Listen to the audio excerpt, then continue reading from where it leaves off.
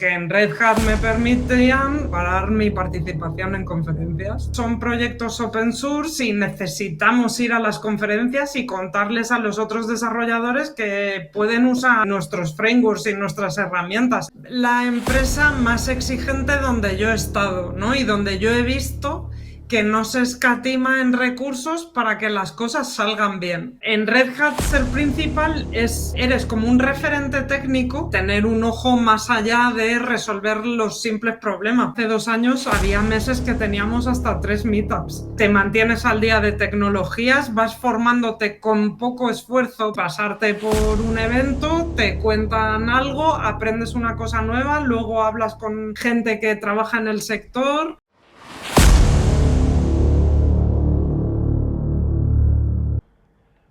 Hola, bienvenidos a todos a Codcast, el podcast sobre tecnología y programación. Y hoy también tengo otra invitada que, aunque ya estuvimos hablando con Iván, que también ambos llevan lo que es todo lo referente a Java de un meetup que tienen en Madrid. Pero no solamente eso, sino que tiene también una historia profesional interesante, en compañías también bastante interesantes. Pero igualmente, como sabéis, me gusta mucho más que los entrevistados se presenten por ellos mismos al principio. Así que si no te importa, Aurea, presentarte. Claro, hola, muchas gracias por tenerme aquí. Pues nada, me llamo Aurea, vivo en Madrid actualmente y soy ingeniera de software en IBM. También trato de hablar en algunas conferencias sobre los proyectos en los que trabajo y formo parte, como bien decías, del equipo que lleva el Madrid Java User Group. Es un grupo de usuarios de Java fundamentalmente, que tenemos un meetup y organizamos charlas y eventos alrededor del ecosistema Java. Pues desde hace un par de años o 3 está súper activo, tenemos 1 o 2 eventos por mes y ahí estoy con los chicos organizando este evento. En lo profesional, pues eso, me dedico a desarrollar básicamente proyectos con Java. Se trata de proyectos open source, ahora en su mayoría, y que son Quarkus, entre otros, así de lo más conocido, que hablaré, supongo, un poco más adelante en la entrevista. Y básicamente, pues eso, contribuir a estos proyectos con un foco puesto en tecnologías como Spring Boot y en mejorar sobre todo la experiencia del desarrollador. Ese es como mi foco principal. Genial, muchísimas gracias. Pero antes de todo, a mí me gusta como saber las raíces un poco de dónde viene todo esto, porque tú eres de Madrid, entiendo que has hecho la universidad en Madrid, pero ¿cómo que te decidiste a empezar a estudiar informática, tecnología y no quizás otra carrera? O quizás ¿de dónde viene esta ilusión de la tecnología? Pues a ver, nada súper fascinante, la verdad. Pues a ver, yo era la típica niña que estudiaba, se le daban bien las ciencias, me gustaba sobre todo las matemáticas y la física, sí, todo lo que tira un poco hacia la rama de la física y las matemáticas, no tanto la química o la biología, ¿no? Y entonces, pues nada, cuando terminé COU hice la selectividad y hubo que elegir carrera. Mi padre estudió ingeniería industrial, es verdad que está muy en contacto con, además, la electrónica desde que era pequeña, pero bueno, mi madre es enfermera, o sea que había las dos ramas y digamos que me gustaba más esta.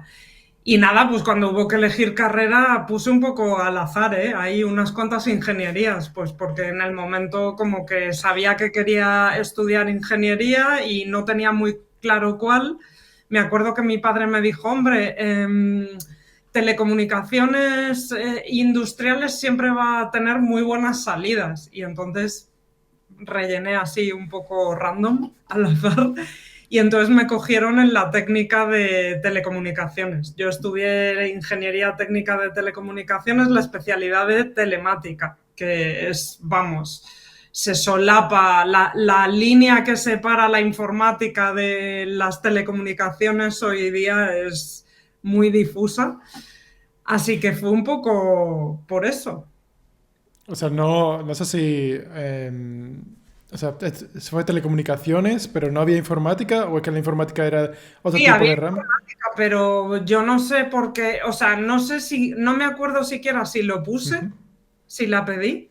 El caso es que entré en Teleco y sin más, pues, es decir, que tampoco es que haya sido súper vocacional. A mí la vocación me ha surgido más adelante Ah, casi. sí. Ah, pues Porque cuéntalo, a ver qué... no, no, estoy súper contenta y además me considero muy afortunada de haber caído en esto, de Vale. la manera que caí. Es decir, que hay gente que desde pequeños han estado trasteando con ordenadores y demás. No es mi caso. Sí que estaba expuesta a la tecnología, bueno, a la electrónica más bien por mi padre, pero yo que sé, que tampoco es que tuviera una vocación súper clara desde pequeña. Entonces estoy súper contenta de haber caído en esto porque me encanta lo que hago, me encanta el trabajo, aparte que, bueno, pues con los años he ido afinando más dónde quería trabajar o con qué proyectos, qué tipo de proyectos, ¿no? Por ejemplo, el open source. Y luego, aparte, que es verdad que no me ha faltado trabajo nunca. O sea, desde que empecé a trabajar no he estado en el paro nunca y como que la seguridad que he tenido y creo que también estoy bien pagada. Entonces me considero muy afortunada porque ha sido un poco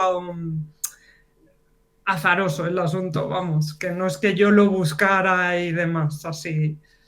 Pues tampoco tiene mal, o sea, cada Claro, uno, hay algunos que empiezan con su papá o su mamá, tienen ahí el ordenador y lo empiezan a hacer, pero bueno, también he conocido gente que viene de telemática y, vamos, su primer trabajo de programador, que creo que también el tuyo fue igual, ¿no? O sea, tú fuiste programadora...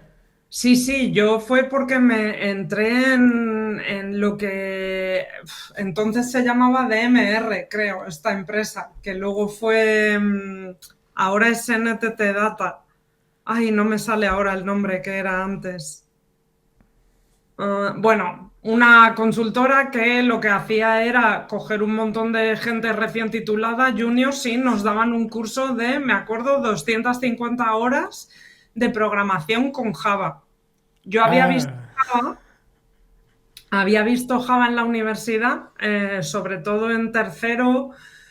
Sí, programé ya bastante en Java, pero no en J2EE, que esto suena súper antiguo, no en la Enterprise Edition. Entonces, este curso nos cogían y nos estuvimos pues un mes y pico, 8 horas al día en una academia de programación aprendiendo a hacer aplicaciones de empresa, aplicaciones web. O sea, todo lo que es modelo vista controlador, la época Struts, un poco de JBoss vimos en su momento. O sea que realmente fue aquí donde aprendí lo que luego más he utilizado en el trabajo, básicamente. Aunque por supuesto que la formación universitaria, o sea, la formación universitaria creo que sobre todo me ayudó a poder tragarte este curso de 250 horas sin morir en el intento. y dice que tú utilizabas Strut. Yo he utilizado Strut 2, pero no sé, por esa época no existía ni Spring ni nada, o cómo fue. No, que va, no existía Stream, pues yo sería Struts 2 porque luego hubo un 3, ¿no? No recuerdo. Yo ya con utilizar el 2 ya no quería saber más nada de ello. Sí, sí, vamos, JSP, JavaScript, todo eso, todo eso. Y nada, y entonces pues después de ese curso empecé a trabajar y hasta hoy, vamos. O sea, y eso es, tú estuviste con Java, pero fue de pura casualidad, que fue tu primer trabajo y no fue como, ah, mira, te gustaba, o tampoco sé qué lenguajes se utilizaban en esa, no sé de cuánto fue, pero cuando empezaste o algo. Nada, no, en esa época yo creo que mayormente era Java, o sea, era Ajá. brutal porque eso, pues todas las empresas empezaban, todavía yo creo que ni siquiera se distinguía entre backend y frontend, o sea, era todo junto. Sí. Y sí, y ya te digo, sí, fue pues porque hice una entrevista para esta empresa y lo hacían así, ¿sabes? Entonces, nada, pues a partir de ahí empecé a trabajar en proyectos pues más o menos grandes y modernos o antiguos, según se mire. Sí, a coger experiencia por lo menos en el sector, ¿no? Sí, y eso, así fue como empecé yo con el Java. Pero bueno, así aquí, o sea, tú, como has dicho, también tienes como una parte en la cual también eres el speaker. O sea, aparte de tu carrera profesional, que ahora integraremos un poco más, también has mencionado que también colaboras en código libre y además eres speaker. ¿Nos puedes contar un poco más sobre esos proyectos que tienes también personales? O bueno, Bueno, personales. Sí. sí, a ver, respecto a la parte de código libre y eso es porque, bueno, ahora en la presentación he dicho que soy ingeniera de software en IBM, pero es súper reciente, porque hasta julio de este año he estado trabajando 7 años en Red Hat en la parte de middleware de proyectos Java y todo lo que hace Red Hat, bueno, es una empresa que ha apostado fuertemente por el código libre y el open source. Por eso decía que trabajo y contribuyo a proyectos open source que están todos en GitHub y que, vamos, que se puede ver lo que hago yo a diario. Y respecto al tema de speaker y participar en conferencias, es verdad que en Red Hat, ya en Red Hat, esta es una parte bastante importante del puesto. Cuando yo entré en Red Hat sí querían a alguien que estuviera dispuesta a hacerlo, pero no es que yo empezar a hablar en conferencias en Red Hat, empecé un poco antes. Ujú. Empecé un poco antes porque viví unos años en París y estando allí conocí a una comunidad de mujeres que se dedicaban a desarrollar en Java, ¿no? Las J-Duches se llama. Y nada, pues eran un grupo de chicas que se reunían, sobre todo siempre, este grupo se formó alrededor del Paris Java User Group, ¿vale? Ajá. Era un grupo de chicas que empezó a ir a los eventos del Paris Jug y que, como eran tan pocas, siempre empezaron como a hablar entre ellas y a quedar un poco antes para ir juntas al meetup.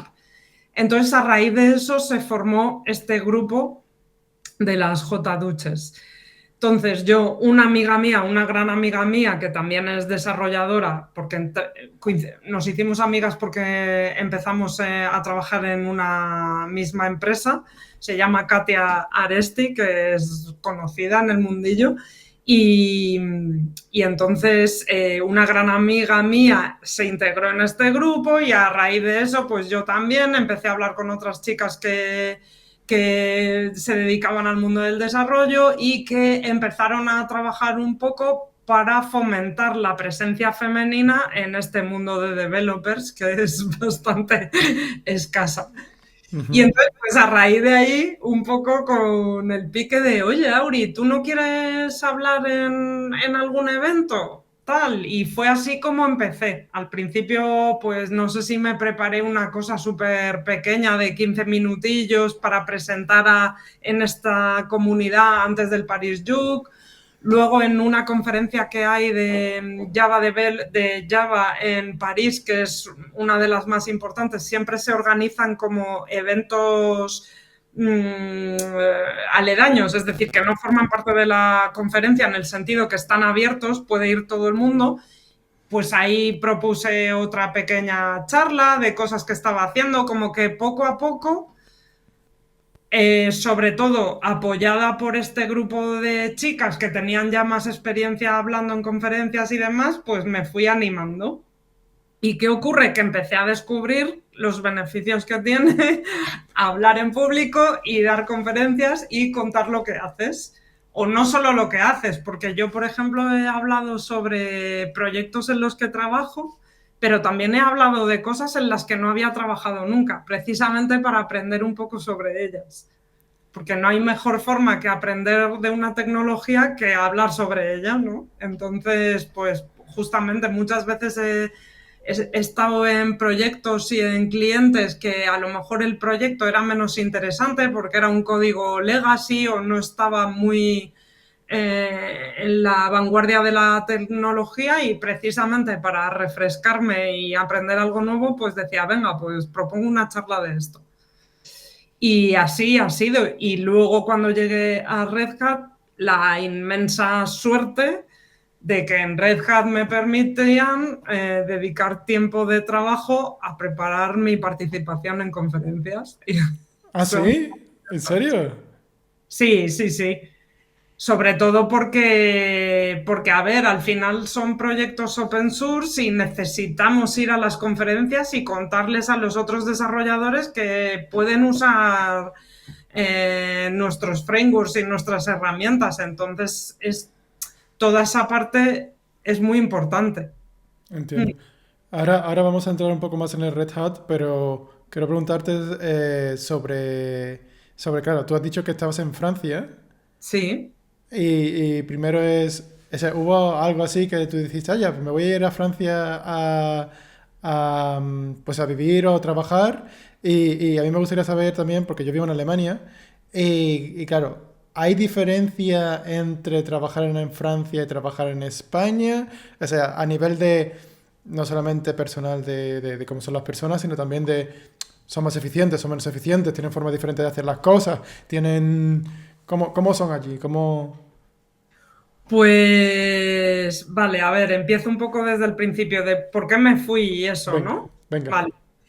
Pues mira, me fui porque cuando estuve en la universidad hice un año de Erasmus y lo hice en Francia. Yo ya había estudiado francés en el instituto, había ido a hacer un intercambio y bueno, me gustaba, me llamaba la atención Francia. Entonces me fui de Erasmus y me fui a hacer el proyecto fin de carrera, y cuando lo terminé intenté quedarme. O sea, mi idea era como haber alargado mi estancia del Erasmus un poco más, pero no encontré nada así decente, un trabajo pagado bien como para mantenerme, y entonces al final me volví. Entiendo. Y después de este famoso curso de Java de 250 horas, bueno, yo empecé a trabajar y en un momento dado encontré otro trabajo y cambié a una empresa que se llama Sopra, ahora se llama Sopra Steria, que es una empresa francesa que en aquel entonces tenía un centro de servicios muy pequeño aquí en Madrid para dar servicio a proyectos franceses. Entonces buscaban gente que hablara francés, aparte de saber programar en Java. Total, que bueno, pues entré en esta empresa y empecé a trabajar para un proyecto de Orange con cliente francés. Yo me acuerdo que hablábamos con ellos, tal, y al cabo de 2 años había un chico que trabajaba en París que se iba de ese proyecto. Entonces me ofrecieron si yo quería ir a reemplazarle. Y maravilloso, porque siempre había querido. Entonces, nada, pues pude irme muy fácil porque me fui con mi misma empresa, ya tenía el trabajo y todo eso. Entonces, me fui para allá para una supuesta misión de 18 meses y me quedé 10 años. ¡Ah, 10 años! Madre de Cristo. Hostia, o sea, ya hace poco que volviste a España. ¿Hace cuánto volviste a España? No, ya hace también, ¿eh? Soy mayor, ya, Ah, ya sí. hace que he vuelto. O sea, que pasa el tiempo volando. Aunque para mí, en mi cabeza, hace como tres, ¿sabes? Ya, eso me pasa a mí también. Pero sí, Y, sí, ya hace otros 7 que he vuelto, o sea que nada. Entonces me fui para allá y eso, pues estuve 2 años trabajando en Orange. Después fue que estalló toda la crisis, ya aparte de que yo no me quería volver, tampoco era el mejor momento para volver. Y nada, pues luego estuve en otros clientes con Sopra, siempre con Sopra. Pues yo qué sé, trabajé para BNP, trabajé para Páginas Amarillas, la Société Générale, otro banco. Bueno, estuve trabajando en un montón de sitios y 2 años antes de volverme, cuando empecé a conocer a las Duches, a las J Duches, a participar en conferencias, y tú empiezas como a tener esa otra vida paralela de developer, porque al principio solo es profesional, ¿no? ujú. y de repente empezó a crecer mi otra vida de developer más en lo personal, empecé a conocer un montón de gente en París que trabajaban como freelance. Entonces, que ellos trabajaban como yo para un cliente, pero en lugar de estar a través de una empresa como Sopra o Accenture o alguna de estas que todos conocemos, estaban directamente ellos como freelance. Entonces, esto me encantó y fue lo que hice. Me pasé a trabajar como freelance porque, claro, ganabas mucho más dinero. ¿Sí? Sí, porque no, o sea, la tarifa que las empresas cobran por ti al cliente, pues la cobraba yo. Entonces había ahí una ganancia de... Ah, claro, porque está la subcontrata, esa no está entre medio. Eso es. Lo que pasa, la desventaja que esto tenía es que si a ti un cliente te deja sin, se acaba el proyecto, oye, no tenemos más presupuesto, se acaba este proyecto, te tienes que buscar otro tú y a lo mejor puede pasar ahí un tiempo en el que no cobras.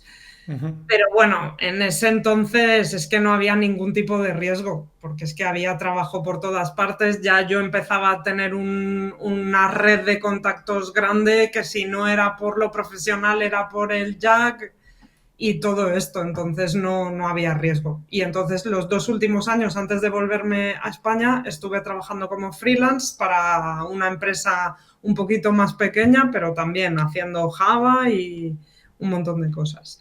Y ¿Y qué tal en Francia? Sé cómo trabajan en Francia. se me ha olvidado la pregunta, ya me acordé. En Francia, pues a ver, yo te diría que Francia y España es prácticamente igual, ¿eh? ¿Sí? Sí. Hostia. Los estereotipos no son verdad. No, hombre, los estereotipos sí, pero a nivel de trabajo en una empresa y todo esto es prácticamente igual y somos muy parecidos culturalmente, muy parecidos.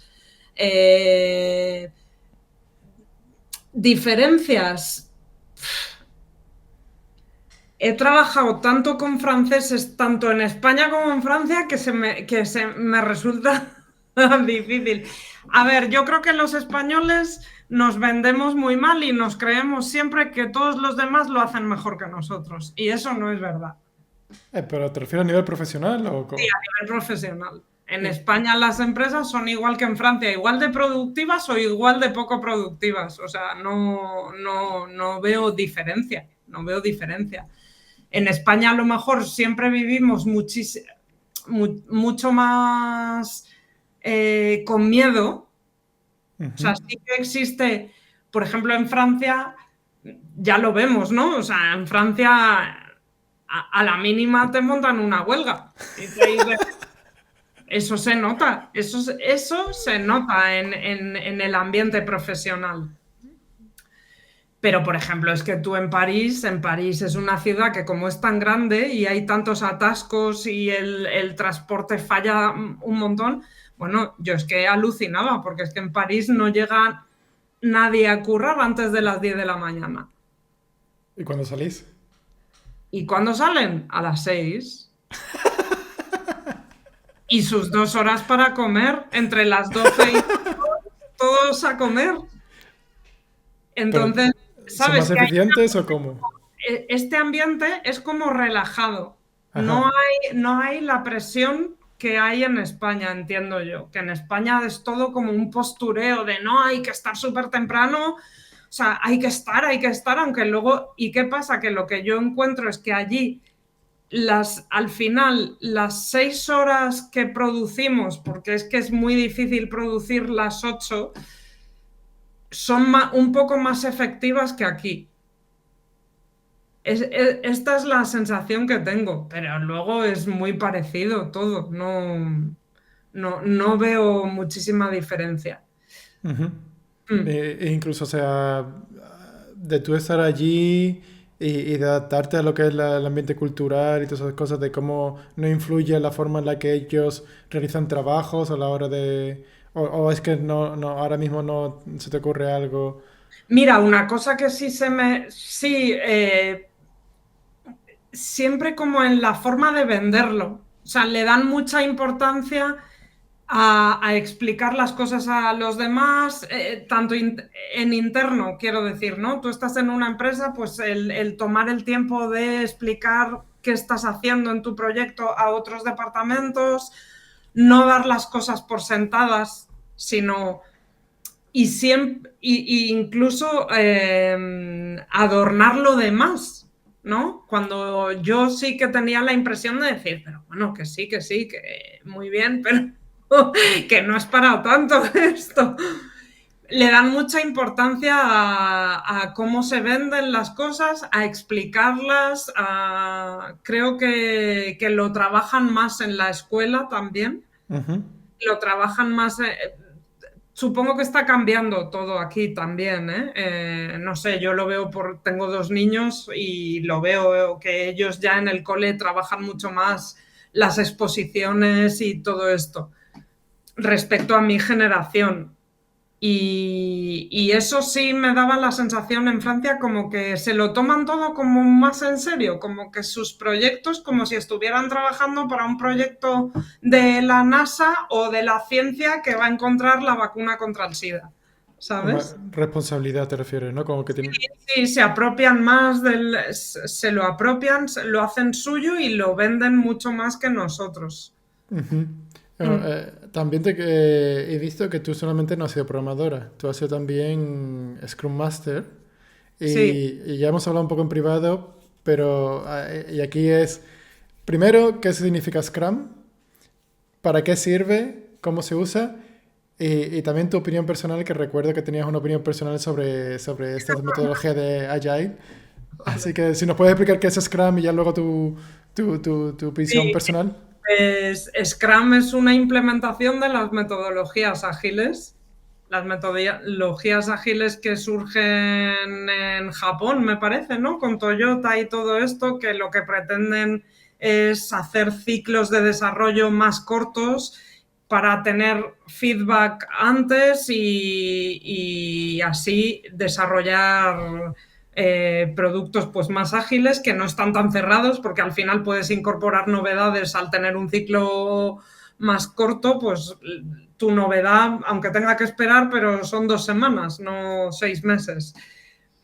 Scrum es una de estas implementaciones, hay otras como Lean y es un marco de trabajo donde se define un Scrum Master, un equipo y un Product Owner, básicamente, me parece. Eh, y luego pues tienes se definen iteraciones y algunas ceremonias del ritual, ¿no? Que tienen lugar. Al principio pues un story planning, no me acuerdo ya. Yo es que ya no trabajo con Scrum No te hace preocupes. y entonces a lo mejor no me acuerdo mucho, pero vamos, las ceremonias para lanzar las iteraciones, donde básicamente el product owner te da los user stories que quiere integrar en la aplicación, el equipo lo acepta de manera consensuada y unánime y se empieza la iteración, se desarrolla, hay otro rito que es las reuniones diarias para que el equipo comunique cómo va y si está siendo capaz o tiene dificultades a la hora de implementar lo que le ha pedido el product owner. Y al cabo de 2 semanas se hace una release de la aplicación con esas features o funcionalidades nuevas. Eso es una pregunta para también poder, cuando termines, la diferencia entre Scrum y quizá como sería anteriormente, que creo que es Waterfall. Sí, claro, la diferencia es que en Scrum tienes una release cada 2 semanas o el tiempo que hayas definido que dura tu iteración y en Waterfall tienes una release al cabo de 6, 9 meses o un año. Exacto, o Eh, sea, un Waterfall era como que te tienes que tener todo el plano, todo detallado, como si fuese de un edificio.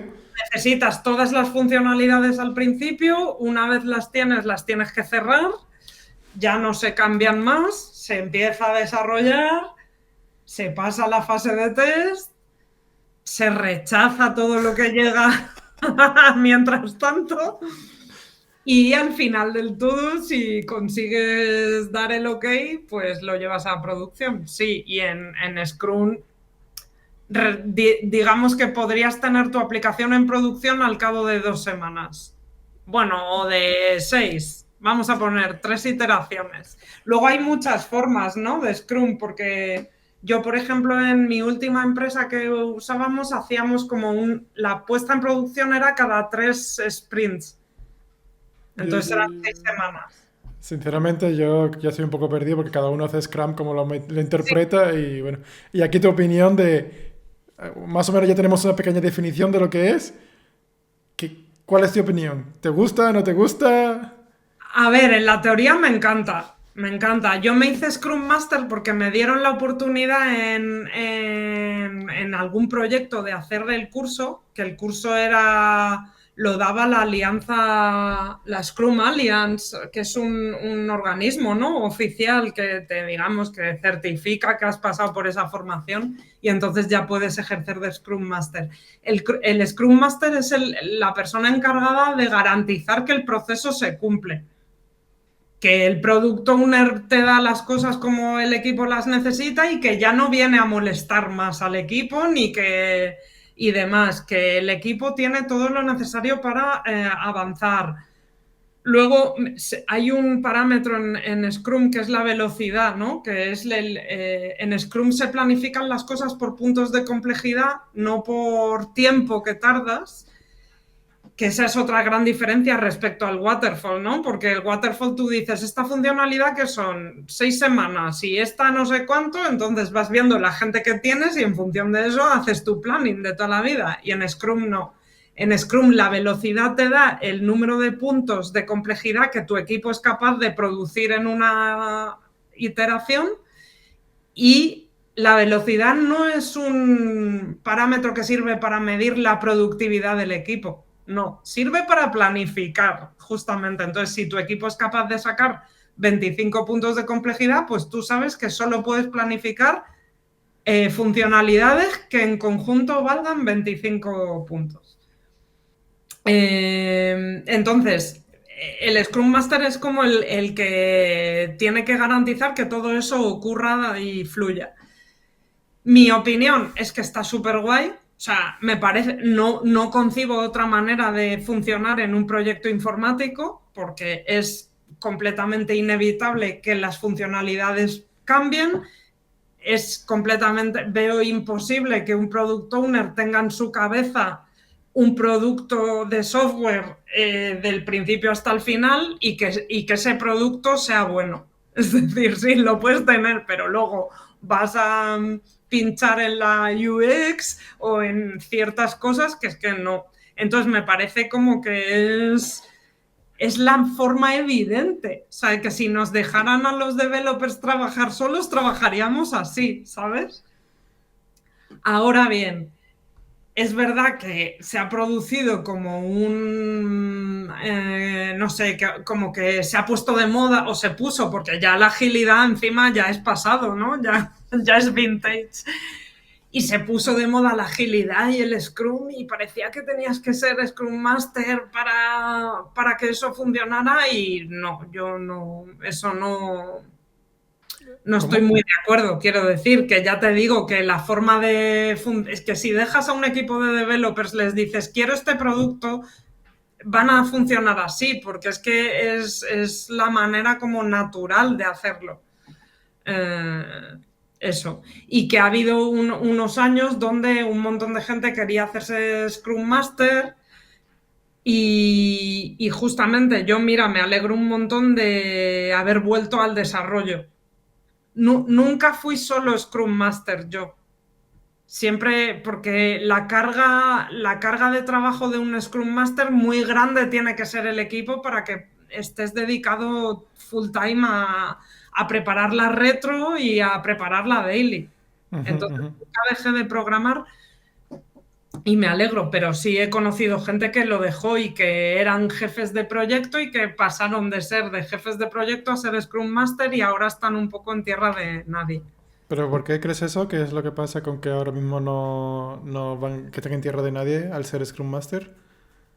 Pues porque al final un Scrum Master tiene un rol muy desagradecido, porque no tiene un rol productivo, tampoco manejas. presupuestos, no tienes legitimidad para manejar presupuestos a nivel de proyecto y demás. Y yo qué sé, o sea, es un poco... y si dejas de programar y empiezas a perder competencia técnica, al final, cuando vengan mal dadas, creo que vas a ser el primero en salir. No eres un rol productivo, lo que te quiero decir. Entonces, pues Productivo, sí, es mucho más reemplazable que alguien te sustituya diciendo, oye, mira, yo voy a hacer las retros, no programo en una hora, pero claro, puedo hacer una retro, lo que sea. ¿Te refieres a eso, no? O sea, sí, sí. y por eso es, te gusta Scrum, pero... Porque yo siempre tengo como que todo el mundo utiliza Scrum, pero nadie sabe usarlo. ¿Qué opinas de eso? Como, Mm, ¿por qué? ¿Por qué tienes esa opinión tú?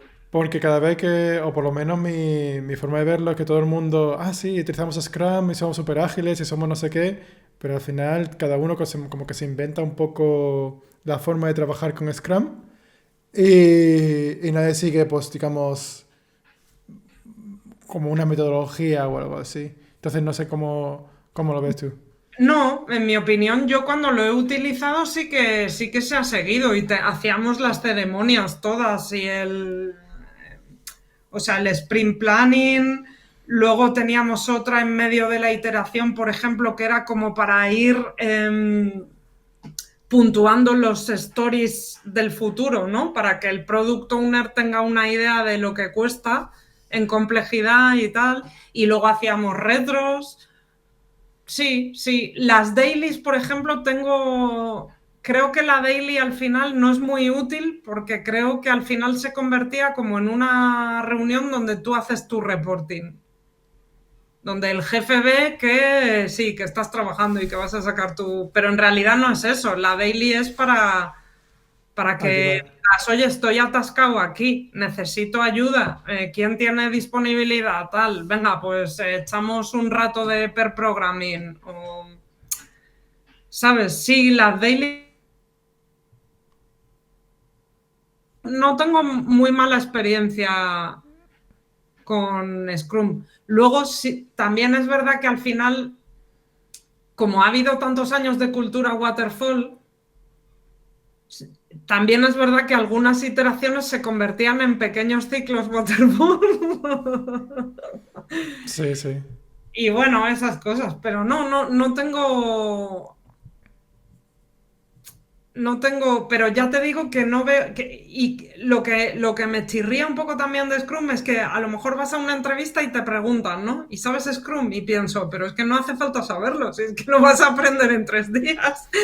Y te van, o sea, si hay cultura Scrum en el equipo donde tú entras, la vas a adoptar y la vas a, y va a tener lugar. Ujú, ujú. No encuentro que tenga que ser un requisito. Por ejemplo, hombre, si eres tú la persona garante de eso, sí, pero como developer no. Bueno, por lo menos tener conocimiento de haber trabajado antes, pues por lo menos como que te vas a orientar un Sí, poco más en la sí. forma de trabajar. Mm.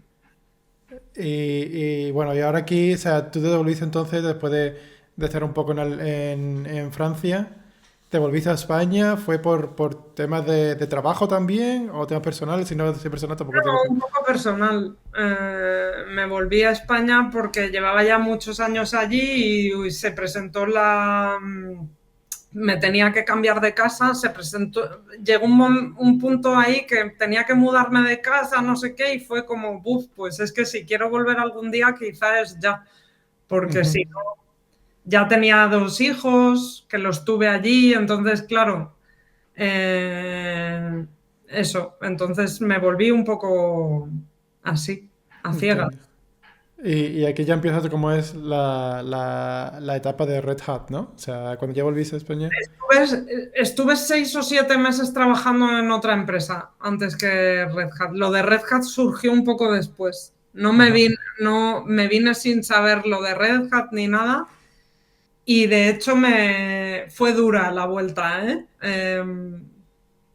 Sí, te vuelves a tu casa, pero tu casa ya no está como la dejaste. 10 años, o sea, yo al final construí mi vida adulta prácticamente allí, porque cuando me fui, aunque estaba trabajando, pero vivía con mi madre incluso. O sea, no viví sola, por ejemplo, antes de París, yo me independicé, digamos, yéndome a París. Y cuando volví después de 10 años, dos hijos, pues sí, fue difícil, la verdad, fue O sea, difícil. una nueva experiencia, ¿no? O sea, como volver por una Sí, nueva experiencia. sí. Sí, yo te Cuando comprendo. oigo a alguien que, no sé si tienes intención tú, pero cuando oigo a alguien que se quiere volver es como, piénsatelo, ¿eh? Ah, sí, ¿por qué? No, porque no es tan evidente. Es decir, yo ahora estoy encantada, también te lo digo. O sea, estoy súper feliz y me alegro de haber vuelto, por ejemplo. Me alegro mucho. Pero que pasé ahí los 2 años primeros de volver, pues te sientes, es que es rarísimo, porque te sientes un poco extranjero en tu propio país. O sea, yo me acuerdo que para ir al médico decía, ¿cómo se hace? O la declaración de la renta, ¿sabes? Oye, ¿cómo tengo que hacer esto? Tal, pero nadie te da el apoyo de como si eres extranjero. Porque cuando tú llegas a un país nuevo y necesitas ayuda, o por ejemplo en mi caso, cuando llegué a Francia, sí, pues mis compañeros siempre te ayudan, pues esto es así, ¿qué necesitas? Inscríbete aquí y tal. Y aquí cuando tú vuelves, no, porque la gente te ve que tú eres de aquí. Entonces es como que todo está funcionando y tú estás, ¿qué pasa? Eso, no sé, y que depende de dónde vengas, supongo también, ¿no? Pero que vivir en París estuvo muy bien. París es una ciudad dura por un lado, pero por otro lado muy agradecida. Hay un montón de cosas que hacer. Yo conocí a un montón de gente, me lo pasé genial y entonces volver a otra vida aquí, pues no sé, sí, me costó la adaptación y todo eso, pero Oye, vamos. que Madrid también tiene... Además, a mí me encanta Madrid, ¿eh? O sea, te lo digo, yo no soy de madrileño, pero a mí Madrid me gusta mucho y también tiene un montón de cosas que hace, o sea, Sí, tampoco... sí, sí, a mí ahora me encanta, ¿eh? Me encanta. Me encanta Madrid también y yo soy de aquí de siempre que mucha gente me decía, ¿y cómo has vuelto a Madrid? Porque haber ido a una ciudad más pequeña, porque es verdad que al salir de París dices, uff, he tenido ciudad ya, ¿eh? De para rato. Pero claro, digo ya, pero yo soy de Madrid, por ejemplo, ¿dónde me voy a instalar? Si ya va a suponer un shock la vuelta después de 10 años, imagínate que me instale en un sitio que no conozco. Bueno, y ya me instalé en un sitio que no conozco, porque yo toda la vida había vivido en el centro y cuando vine me fui a vivir a Rivas. O sea que ya había shock ahí. Sí, yo creo que en esa parte, aunque no tiene que ver mucho con la tecnología, pero sí también incluso lo he hablado con otros entrevistados y sobre el tema de cambiarse de domicilio, cambiarse de país y demás. Y porque hay mucha gente que también me escucha de Latinoamérica y muchos de ellos, pues, oye, sí, me quiero ir a Europa, me quiero ir a España y eso. Y creo que a veces la gente idealiza demasiado el ir, pero esta es una parte en la que nadie le habla y es bastante interesante. Ya no solamente el ir, sino es posible que vuelvas. Y eso yo lo noto también porque vamos, yo llevo ya aquí 8 años, 9 años y ahora vengo de ahora mismo de España, he estado no más que una semana y ese cambio de cultura, ese cambio de mentalidad, aunque parece una tontería como, si eres español, o bueno, si eres de aquí no se habla de, pues si eres mexicano, pues si eres... Parece que no, pero como ya estás acostumbrado, después de 9 años, 10 años, estás acostumbrado a una forma de vida que aunque seas español, tienes tus cosas de cultural, pero es Total, como revolver a aprender cosas que, como tú dices, ¿no? O sea, tú tuviste tu etapa adulta en Francia. Entonces, como esa etapa adulta que has aprendido, ahora totalmente. tienes que reaprenderla y Aquí. aplicarla a tu país de origen, que es muy extraño, ¿verdad? Sí, sí, sí, totalmente, totalmente. Es que es eso. Mira, dos cosas así que me vienen a la mente que me perturbaban mucho los horarios. Cenar a las 10 de la noche. Sí, o sea, no puedo soportar ni ahora ya, después de 7 años, ¿eh? Y por ejemplo, la superficialidad de la gente. O sea, Superficialidad. la Y superficialidad, sí, pues que en España somos súper simpáticos y muy majos y hablamos con todo el mundo por la calle y no sé qué, pero no abrimos las puertas de nuestra casa. Hostia, pues comparado que con Alemania, te digo yo que sí, ¿eh? Vale, no sé, yo por ejemplo en Francia es como que es más difícil, pero que enseguida que tú ya te haces amigo de alguien es como, ah, venga, quedamos en mi casa, ven a cenar a mi casa. En España se quedan los bares.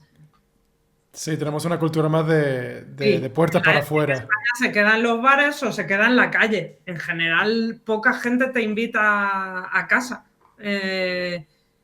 O sea, sí, amigos de siempre sí, pero quiero decirte, yo por ejemplo cuando llegué aquí a Rivas, que empecé a construir mi vida social alrededor del cole de mis hijos, ¿no? Porque al final es como que, pues tú, claro,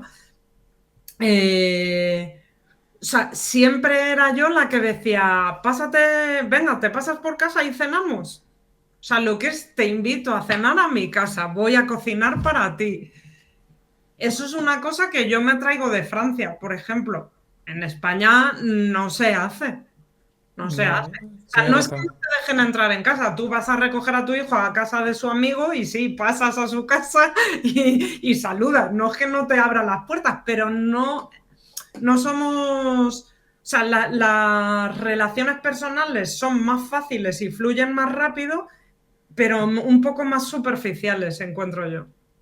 O sea, bueno, aquí Que te lo con que... los franceses yo profundicé más con compañeros de trabajo. De, oye, venga, pues este viernes venid a mi casa y cenamos en mi casa. Hostia, pues qué bien. O sea, qué alegría. O sea, no... A mí yo te puedo dar mi opinión de Alemania si quieres, pero Claro, yo hablo aquí... de Francia, no sé en alemán.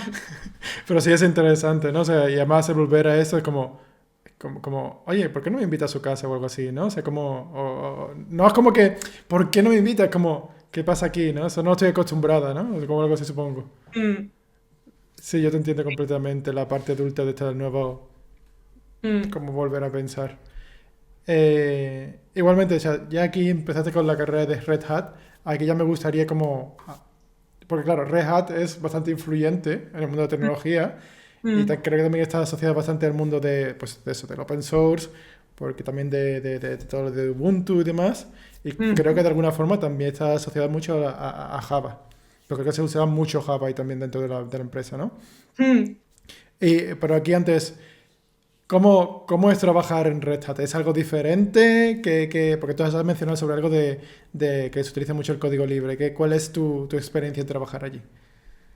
Sí, es bastante diferente a lo que había visto yo. Primero, porque, bueno, yo mi trabajo además desde el día uno fue en remoto, con lo cual estaba sola en casa con un equipo distribuido por todo el mundo con el que puedes hablar y sí, no hay ningún problema, pero vía chat o así por videollamada. Todo en inglés y luego sí, o sea, a ver, es la empresa más exigente donde yo he estado, ¿no? Y donde yo he visto que no se escatima en recursos para que las cosas salgan bien, Eh, por ejemplo. ¿Qué Que significa eso, por ejemplo? fue una experiencia que tuve, no sé, pues que llevaba yo a lo mejor un año o algo así, y teníamos que grabar un vídeo. Íbamos a una conferencia y habíamos propuesto un workshop, ¿vale? Entonces queríamos grabar un vídeo con un terminal donde se iban escribiendo las instrucciones, ¿no? Y queríamos que eso saliera pues a un ritmo típico, que sea como que alguien lo está escribiendo en ese momento. Bueno, las veces que grabé yo ese vídeo, porque mi jefe en ese momento me decía, está muy rápido, ahora está muy lento, ahora está muy rápido, ahora está muy lento. Yo decía, Dios mío, o sea, como la búsqueda de la excelencia, ¿sabes? Ah, Eso en sí. cualquier empresa no habíamos estado un día entero con eso. No, O sea, ya ni siquiera a nivel de programación, sino a nivel de... no, a nivel de marketing. A nivel marketing de esto tiene que estar. bien hecho y tiene que o sea, los que van a venir y van a hacer el workshop, es que no puede, tiene que estar perfecto. Eso, y luego, por ejemplo, pues he participado en un par de hackatones que Red Hat organizaba para grandes clientes, pues para BBVA, por ejemplo, el Banco Santander, y me he dado cuenta que, joder, madre mía, los recursos que se ponen, ¿no? En una empresa como Red Hat en organizar esto para un cliente que estás movilizando a un equipo que a lo mejor hemos sido 10 ingenieros trabajando 2 meses, no full time, pero preparando los challenges, los retos de programación, los tienes que preparar. Además, no siempre con una temática a lo mejor y un hilo conductor de principio a fin, no es venga, un Hello World, no sé qué, no, o sea, es como primero, sí, que al final hemos construido aplicaciones pequeñitas, pues eso, y hemos estado trabajando a lo mejor 2 meses, pues primero creando los retos, haciéndolos nosotros para verificar que todo funciona y demás, y luego el tiempo que pasas ya ejecutándolo, digamos.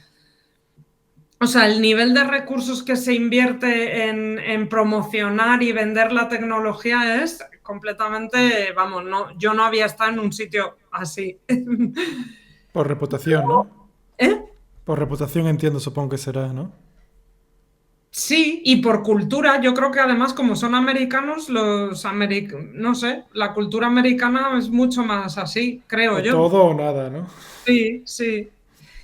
Eh, Luego el nivel de gente con la que he trabajado también bastante alto. O sea, siempre encuentro que soy yo la que menos sabe en mis reuniones y en mis cosas.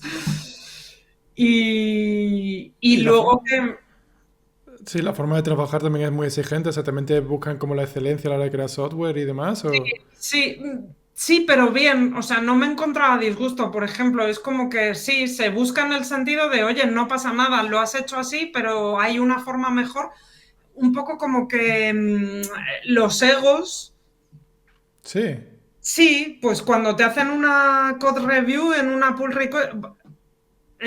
request y a lo mejor, no sé, como que si hay una forma mejor, pues hay una forma mejor, da igual que tú lo hayas hecho de otra forma, ¿sabes?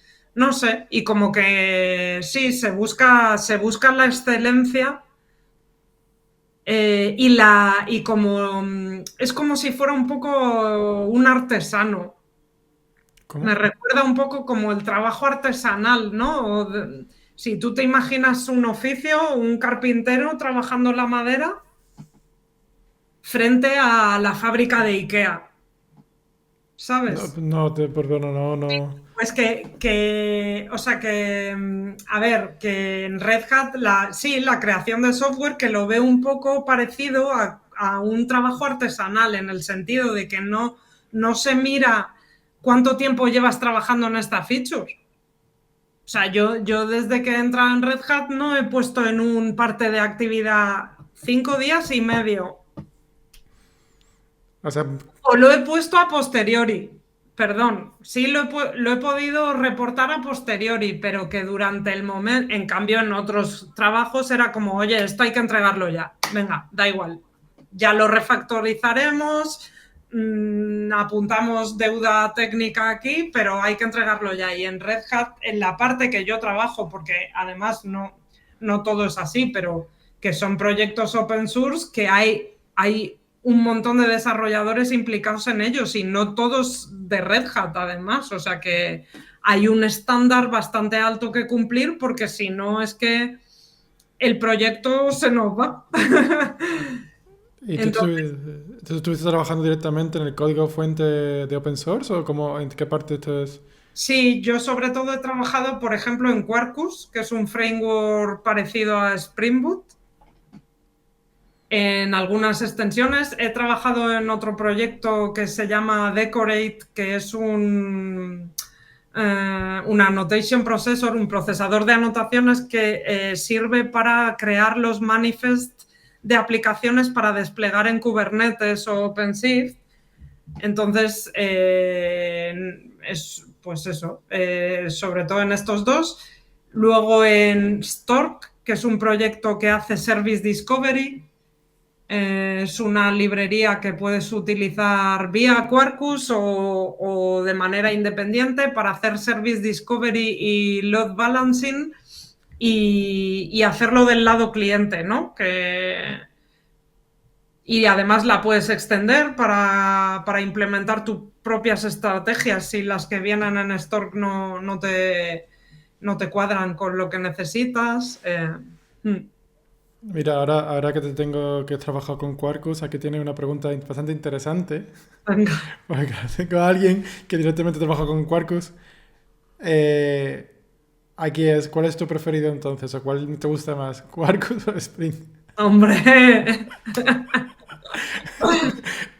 Quarkus. Sí, ¿por qué? ¿Qué crees que diferencia hay o cómo ves diferente los frameworks? A ver, bueno, Quarkus porque Quarkus es un framework mucho más joven que Spring y viene ya aprendido. Ya no ha cometido ciertos errores que Spring cometió por el momento en el que surgió y apareció. Y claro, Quarkus tiene 7 años. Spring tiene 20, ¿no? Me parece. O sea, desde la primera versión del Spring Framework, sí, Sí. sí, tiene 20 o así, sí. Entonces, pues Quarkus es un framework mucho más adaptado a la infraestructura de hoy en día, a los servidores en la nube, a hacer aplicaciones que arrancan mucho más rápido y que consumen menos, que son más baratas, por tanto, de tener desplegadas en estos entornos. Y sí, Quarkus. Aunque Y, diré que he trabajado gran parte de mi carrera con Spring Boot, con Spring, desde que surgió, y que Spring ha hecho grandísimas cosas, que todo lo que ha hecho, por ejemplo, Spring Data JPA, vamos, vale. eh, Y, de hecho es un poco el estándar a día de hoy y todo lo que podamos hacer desde Quarkus, pues al final es una imitación de eso porque es mantener el cómo se usa y cómo se acceden a los datos y demás, pero que por debajo la cosa vaya más rápido. ujú. Y si te pregunto entre Quarkus y Micronaut, Es que Micronaut no lo he usado. ah, bueno. No me voy a pronunciar. Conozco a gente que sí y he visto cómo es. Entre Quarkus y Micronaut te diría que por corporativismo Quarkus, pero creo que Micronaut está a la altura y que ha solucionado muchos de esos problemas que se planteaban con Spring Boot a la hora de desplegar aplicaciones Java en entornos De en la nube. producción. Mm. Aquí también me gustaría saber, o sea, cómo fue la entrada en Red Hat, porque claro, o sea, una cosa que me interesa mucho saber es cómo son las entrevistas en cada empresa y claro, pues tenemos la posibilidad de preguntarte sobre Red Hat. Ahora pasaremos a IBM. Tengo otra pregunta antes de pasar a IBM, pero Vale. ¿cómo fue? O sea, ¿cómo fue? ¿Te comunicaron? ¿Tú te postulaste? ¿Cómo fue las entrevistas? ¿Cómo fue ese proceso? Pues no, me referenció mi amiga Katia, la que la he mencionado antes, que ella estaba trabajando para Red Hat y vio que salió una posición buscaban a alguien que tuviera justamente experiencia con Spring Boot y Java y entonces me hizo referral. Me pasó la posición y yo apliqué directamente. Y entonces me llamaron para la entrevista y el proceso, tengo que decir que fue súper friendly, Ah, porque súper friendly. uno se No, espera como muy duro. no, o sea, muy duro. Vamos, yo lo pasé fatal porque quería entrar. O sea, que pasé nervios y todo eso, pero que fue muy friendly porque no tuve que pasar ninguna prueba de estas de desarrollar ahí en una hoja en blanco ni hacer una prueba técnica. Tuve una primera entrevista con el jefe del equipo, del que formaría parte, un poco para ver si mi experiencia cuadraba con el equipo y encajaba, y una vez como que él validó esa parte, tuve una entrevista con 2 miembros del equipo y es que no fue ni entrevista, fue como una conversación como ahora, pero más técnica. Es Ujú. decir, que estuvimos hablando y tú, pues eso, ¿y qué opinas de Spring Boot? ¿Y qué es lo que más te gusta de Spring Boot? ¿O qué mejorarías? No sé, qué cagadas, perdón, has encontrado en código?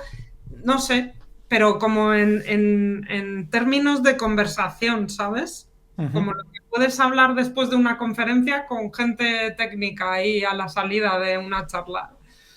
Ujú. Y esto fue, creo que fue todo. Y es que y ya me hicieron una oferta ¿Solamente una entrevista?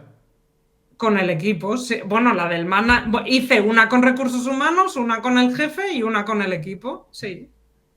Hostia, así, ni preguntas técnicas ni nada, o sea, porque Sí, vamos. preguntas técnicas, pero ya te digo que preguntas técnicas, o sea, no de tener que escribir código, de explícame cómo funciona la configuración en Sprint. O ya ni me acuerdo, no me acuerdo, pero vamos. Sí. ¿Qué diferencia hay entre Kubernetes y OpenShift, por ejemplo? No sé, cosas así, pero que no era ponte a escribir código y a ver si compila. Ah, Y pues me hubiese imaginado algo más como Amazon o como Google de... no, no, no, y también te digo que esto no es extendido, es decir, cada equipo en Red Hat hace como ellos quieren el proceso. Entiendo. Y, y bueno, ya has comentado un poco de cómo se trabaja más en código abierto y demás. Al final tuviste como un título que es Principal Software Engineer. Mm, Y aquí estos son, yo cada vez que tengo la posibilidad de charlar con gente que tiene como títulos más allá de senior, software engineer, aquí me gusta siempre preguntar, bueno, ¿y eso qué significa? Porque siempre como que, creo que también incluso se lo pregunté a Iván, ¿qué significa eso? Porque siempre como que se va un poco la diferencia, ya qué es lo que hace, las responsabilidades. Entonces, quizás nos puede explicar un poco qué es para ti ser un principal software engineer y qué son las funciones. Pues, a ver, luego dentro de ser principal, cada empresa lo define de una manera también. En el caso de Red Hat, o sea, yo tuve que aplicar además que la promoción en una empresa como Red Hat, tú pasas por como un proceso, ¿no? En el que aplicas a esta categoría y expones las razones por las que crees que te mereces ser principal y demás. A ver, en Red Hat ser principal es... tienes un poco el rol de eres como un referente técnico y líder dentro de la empresa, ¿no? De que tu trabajo tiene que tener un impacto en el negocio de la empresa y en los clientes. Lo que pasa es que, bueno, no es que estén todo el rato mirando a ver, a medir de lo que has hecho tú, que nos has reportado, ¿no? Porque además es muy difícil por lo del código abierto y demás, pero eh, sí, digamos pues yo que sé, en mi caso, pues tener un ojo más allá de resolver los simples problemas, pues ayudar a crear soluciones más rápidas. O sea, como que no solo te quedas en resolver el problema, sino que vas un poco más allá, pues tienes que mirar que eso no sé, que lo que estás haciendo luego escale bien cuando haya picos de el Black Friday, ¿no? Tú tienes una aplicación, pues el Black Friday va a haber un pico de utilización, pues que escale bien, la seguridad, que sea muy importante, que económicamente, que el rendimiento sea bueno y que económicamente no sea carísimo tenerlo desplegado en Amazon. Todo eso, como que sí, o sea, eres un líder y referente técnico y tienes que tener como un ojo un poquito más allá de lo que es resolver el problema puramente en tu máquina local, ¿no? Ujú. Pues te refieres a ser líder, no es como manejar a gente, ¿no? No es como... No, No... no, en este caso no, ser líder en el sentido que seas capaz de participar en reuniones donde hay implicados varios productos, que tengas una visión transversal de cómo puede afectar lo que estáis haciendo en Quarkus en cosas de OpenShift, este tipo de cosas. Entiendo. Y ahora el paso de... Bueno, tú estuviste en Red Hat, pero ahora estás en IBM. Sí, Puedo preguntar primero por qué el traspaso, si se puede preguntar, y ya como también cómo fue la experiencia en entrar en IBM, porque también IBM es bastante conocida desde hace muchísimos años en el referente tanto hardware como software de tecnología, básicamente. pues a ver, IBM compró Red Hat hace 6 años, en Ah, sí, 2010. hostia. Perdona, no sabía eso. ¿No? Sí, sí, Red Hat fue comprada por IBM en 2019 y lo que ha pasado es que a toda la unidad de negocio a la que yo pertenezco, que es el middleware de Red Hat, han decidido traspasarlo a IBM porque por una decisión estratégica Red Hat se quiere centrar mucho más en inteligencia artificial y en infraestructura y nosotros que somos un poco entre lo que es las aplicaciones y todo eso, que somos el middleware, pues han decidido traspasar esta parte a IBM para integrarnos mejor con sus equipos, porque IBM tiene muchísima experiencia en el mundo Java y desarrollo del middleware y de software y consideran que estratégicamente va a funcionar mejor. Ujú. Básicamente por eso. Así que desde julio formamos parte de IBM, pero no yo sola, 600 personas más. Ah, yo creía que como que, perdona, es que no sabía que se había comprado. Entonces, ¿ha sido, digamos, una transferencia Sí, es de equipo? una referencia, sí. Porque, a ver, Red Hat sigue existiendo como ente independiente y empresa. Es decir, yo hasta el mes de junio en mi nómina ponía Red Hat. O sea, Ajá. no es que Red Hat, lo que pasa que sí, nos han transferido. Ahora mismo ya somos parte de IBM directamente, digamos. Y qué tal trabajar directamente ahora con IBM? Porque no... Muy bien también, porque me he pasado con mi mismo equipo, con el equipo, es que estamos igual, trabajando en los mismos productos y vamos, que lo único es que tengo, ahora he pasado de tener un correo Gmail a tener el Outlook y tengo que chequear un par de canales más de Slack, pero todavía no lo he notado mucho.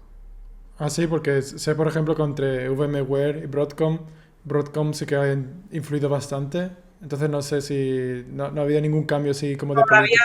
no, todavía no. Todavía, se espera. Claro, no, es que llevamos 2 meses. No, o sea, hace 2 meses que formo parte de IBM, entonces yo todavía no veo ningún tipo de influencia o cosa más allá de lo administrativo, que ahora en lugar de pedir las vacaciones aquí, las tengo que pedir en otra aplicación, pero mi manager sigue siendo la misma persona, mi equipo es el mismo y, o sea, nos han movido desde mi N+4. ¿Cómo? ¿Cómo que es N más 4? Mi jefe no, 3 para arriba en mi jerarquía, ¿vale? O sea, se han movido para arriba, ¿eh? No, no, quiero decir que, o sea, mi N+4, mi jefe Sí, +4, sí. es de él, toda la gente que está por debajo de él, que son 600 personas, nos han movido a esas 600 personas ahí, Ah, vale, vale. Perdona. pero seguimos trabajando igual. Ah, vale, vale. O sea, Todavía no, o sea, no sé, no ha habido cambios estratégicos ni nada y al revés, para nosotros es casi mejor porque Red Hat ya llevaba algún tiempo sin apostar y cada vez metía menos recursos en el mundo Java y en el middleware y la idea es que ahora con IBM nos van a dar más recursos y que vamos a poder hacer un montón de cosas. O sea que de momento no hay malas noticias ni... a ver, no, no es que sea mala noticia, pero quizás sobre todo como que suele ser IBM quizás una empresa más de hardware, como que tiene una mentalidad quizás un poco diferente a una empresa que es de software. Entonces, pero bueno, si no... Claro, lo que pasa es que como el equipo nos hemos movido entero, al final también se mueve la cultura y todavía ya te digo que no sé, no hemos estado muy expuestos a toda esa cultura. Entiendo. Mm. Y ahora pasando también a lo que es todo el aspecto de Madrid June, ¿cómo fue? Porque creo que fue empezado por David, creo. No he A tenido ver, todo el placer de hablar con él, pero cómo fue, digamos, qué te hizo entrar para ayudarle? ¿Ya conocías a David y a Iván? ¿Cómo fue la cosa de... pues les conocía muy poquito. Sí que había coincidido algo con ellos, porque yo creo que desde París, eh, sí, desde París vine a hablar en una conferencia, me parece, y me crucé con ellos, ¿vale? Ujú. Pero no mucho más. Y entonces cuando me mudé a Madrid, sí es verdad que yo quería seguir manteniendo esta actividad y conocer a otros developers fuera de lo que era el trabajo, porque al final es lo que te permite un poco, pues eso, aprender cosas que no ves en el trabajo, que no tienes la oportunidad y relacionarte con tus iguales, ¿no? Al fin y al cabo, y más ahora que con el mundo del remoto, que llevo ya casi 7 años currando en casa, pues oye, está bien relacionarse con gente. Y entonces, pues nada, yo sabía que estaba Madrid Juke y como en París iba a veces a lo de París Juke, pues dije, tengo que ir. Y entonces fui a uno de los meetups y hablando, bueno, fue muy gracioso porque Ujú. en ese momento estaba yo creo que haciendo entrevistas, porque yo cuando me vine a París, a Madrid, como estaba trabajando de freelance en esa empresa en París, les propuse que si me mantenían como 3 meses más para que la mudanza no fuera tan shock, ¿no? Para poder venirme con un trabajillo de 3 meses, saber que tenía todavía 3 meses de trabajo y durante ese tiempo, estando ya instalada en Madrid, buscar otra cosa. Porque me parecía, se me hacía mucha bola buscarlo desde París, ¿vale? Entonces, en ese momento yo estaba haciendo entrevistas aquí y en una de las entrevistas que hice, mi amiga Katia recibió un mail de David Gómez, el del Juke, porque alguien de la empresa que me estaba entrevistando le había preguntado referencias sobre mí. Le pregunto, oye David, ¿conoces? Estamos entrevistando a Aurea, ¿tienes alguna referencia que darme? Y entonces David, cuando vio que yo había vivido en París, como él conocía a Katia, que también estaba en París, le preguntó a Katia. Bueno, total, una cosa de estas. Y entonces, cuando yo fui a esa primera sesión del Juke, había pasado esto. Entonces, hablando un poco con David después, pues nada, estábamos ahí hablando y demás. Yo ya le dije, pues yo ya vendré porque me instalo en Madrid, me he venido y todo eso, y justo él me dijo, oye, ¿no querrás unirte al equipo? Porque estamos buscando un poco de refrescar el equipo. En ese momento lo llevaban sobre todo entre él y Carlos Sierra, otro chico, y estaban ya un poco quemados porque llevaban bastantes años solos, al final es una carga, no sé qué, y estaban buscando un poco de ayuda y Carlos sobre todo quería salir y tal, y me lo propuso a mí en ese momento, que fue como, mira, pues estaría también además bien tener una chica que no tenemos nunca, tal, ¿te apetece? Y dije, sí, sí, claro. Y entonces ya pues me uní a ellos y empecé a colaborar con ellos. ¿Y qué tal? O sea, ¿qué puedes hablar de llevar un Joom, sobre todo en un Joom tan grande, sobre todo a nivel español? O sea, ¿cómo es la experiencia tuya de llevarlo y de que si es Pues difícil, no es difícil? mira, difícil al final no es, porque al final la gente que lo hacemos, o sea, hay un montón de apoyos, si no son unos son otros. Es verdad que somos un equipo que somos como 6 o 7, pero que al final, pues por la disponibilidad y las vidas de cada uno, pues hay épocas en las que estamos más disponibles Iván y yo, otras en las que está David, otras en las que está José Miguel y Gonzalo, así. Y entonces, pues al final, como todo es desde el voluntariado, nadie Ujú. te exige nada y la gente es muy agradecida. Entonces, no, difícil no es. Hay momentos en los que se junta un poco de trabajillo, pero nada, hemos tenido la inmensa suerte que a partir de la pandemia del COVID ha arrancado con muchísima fuerza. No tenemos que hacer nada. Los speakers o la gente que quiere hablar viene a nosotros. No tenemos que ir a buscarles. Incluso al final, la cosa más difícil es intentar cuadrar todos los eventos que nos surgen y acontecen. Porque bueno, es que hace 2 años había meses que teníamos hasta 3 meetups Sí, porque teníamos los dos programados, pero de repente surgía que había tal speaker internacional que pasaba por Madrid que nos contactaba y nos decía, chicos, estoy en Madrid esta semana, o me gustaría dar una charla en el YUC, ¿qué os parece? Y claro, ¿cómo vas a decir que no? Pues es como, venga, pues sí. Entonces, nada. Y luego yo soy muy pro participar en este tipo de cosas porque al final te mantienes al día de tecnologías, vas formándote con poco esfuerzo porque no es lo mismo tú decir, ay, voy a aprender sobre Quarkus. Yo en mi, primero, que si tienes la suerte de que en tu trabajo te permiten dedicar un poco de tiempo a investigar nuevas tecnologías, muy bien, pero en la mayoría de los casos no ocurre. Lo tienes que hacer en tu tiempo libre y no es lo mismo hacerlo en tu tiempo libre solo en tu casa que, jolín, pasarte por un evento, te cuentan algo, aprendes una cosa nueva, luego hablas con gente que trabaja en el sector y además en muchos de los casos, en la gran mayoría, incluso te dan de cenar, porque siempre hay y cervecita, ¿no? cerveza y refrescos. Entonces, no sé, a mí me ha aportado un montón, me ha aportado un montón. Creo que los grandes trabajos, los mejores trabajos en los que he estado me han venido siempre por las redes que se construyen gracias al YUG o a otro tipo de eventos en los que tú aportas sin nada a cambio, en principio, pero que, bueno, que cuando eso, pues te enteras de, oye, están buscando esto en mi empresa y estableces una red de contactos que no la vas a conseguir de otra manera. Sí, yo quizá pueda dar tu opinión también de... ¿Recomiendas entonces que la gente se pase por Madrid ahí y vaya a ver June?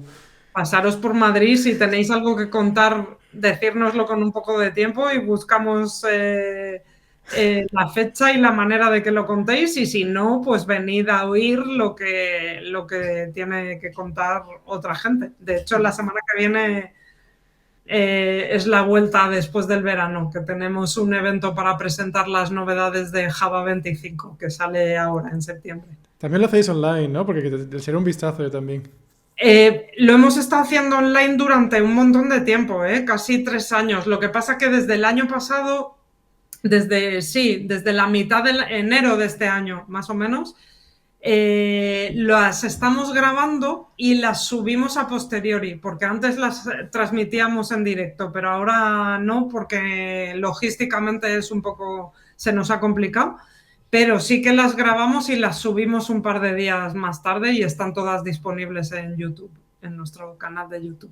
Guay. A mí, yo desde aquí también puedo dar tu opinión. O sea, yo recomiendo a todo el mundo que vaya a este tipo de eventos por lo que tú dices, porque se conoce gente y conocer gente siempre está bien y sobre todo si estás ahí, ¿no? Y además, como hacéis los eventos en empresas, pues tienes la oportunidad incluso de hablar de más empresas, tanto para buscar trabajo como para incluso mejorar condiciones de tu trabajo. O sea, de decir, Totalmente. Sí, sí, mira, incluso para que te dejen trabajar un día en los locales, que me ha pasado a mí, yo que sé, como yo estoy en remoto, algún día incluso con alguna empresa que estaban en un coworking, decir, oye, ¿puedo ir este día y trabajar desde allí? Sí, sí, sin problema, vente, o sea, que es que...